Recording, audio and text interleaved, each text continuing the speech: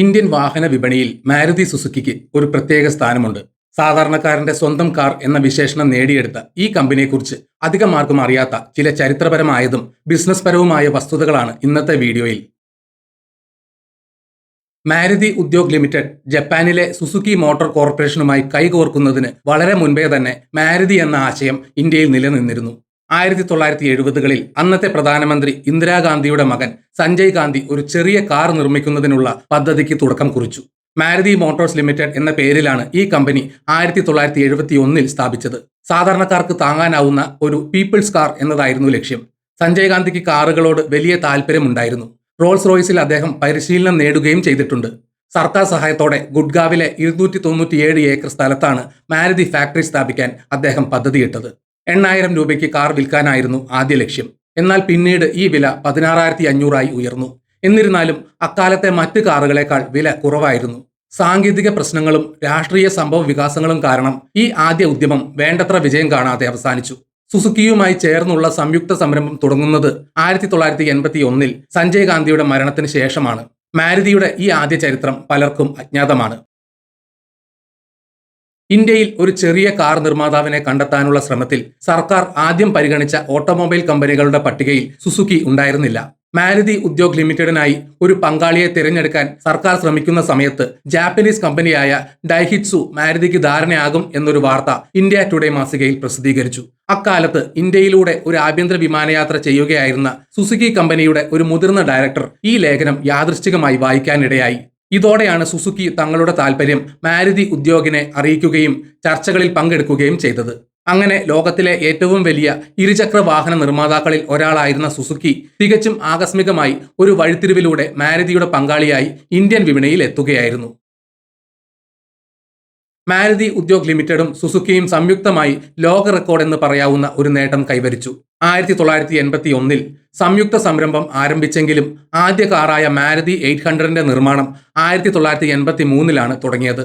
എന്നാൽ ഒരു കാറിന്റെ ഡിസൈൻ തയ്യാറാക്കി അത് വൻതോതിലുള്ള ഉൽപാദനത്തിലേക്ക് എത്തിക്കാൻ മാരുതിക്ക് വെറും 13 മാസം മാത്രമേ വേണ്ടി വന്നുള്ളൂ. ഓട്ടോമൊബൈൽ വ്യവസായത്തിൽ പുതിയൊരു മോഡൽ രൂപകൽപ്പന ചെയ്ത് അതിനുള്ള പ്ലാന്റ് സജ്ജീകരിച്ച് ഉൽപാദനം തുടങ്ങാൻ സാധാരണയായി വർഷങ്ങളെടുക്കും. ഈ ചുരുങ്ങിയ സമയം മാരുതിയുടെ ആദ്യകാല പ്രവർത്തനങ്ങളുടെ കാര്യക്ഷമതയും ഇന്ത്യൻ സർക്കാരിന്റെ പിന്തുണയും സുസുക്കിയുടെ സാങ്കേതിക വൈദഗ്ധ്യവും എത്രത്തോളം ഉണ്ടായിരുന്നു എന്ന് വ്യക്തമാക്കുന്നു.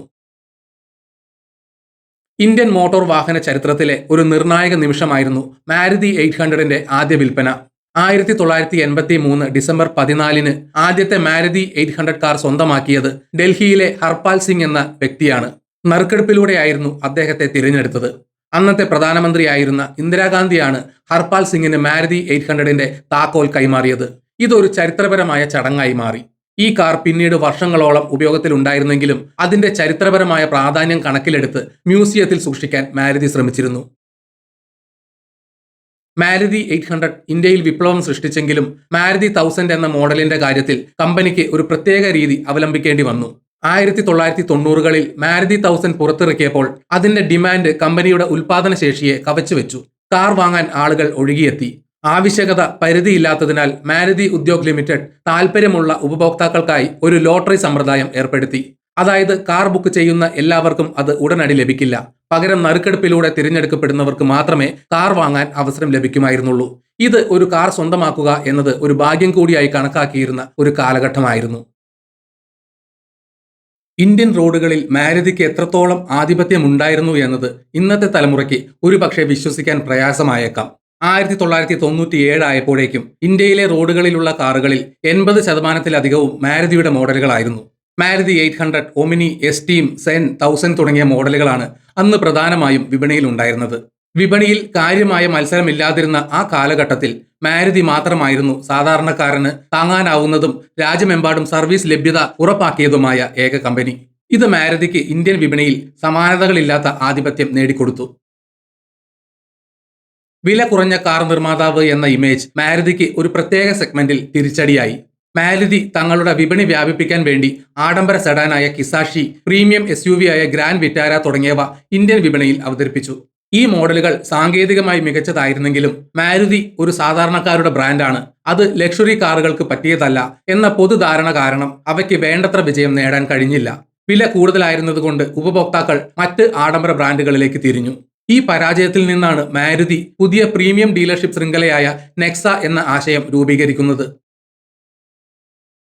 ലക്ഷറി സെഗ്മെന്റിലെ പരാജയത്തെ തുടർന്ന് മാരുതി തങ്ങളുടെ ബ്രാൻഡിംഗിൽ വലിയൊരു മാറ്റം വരുത്തി.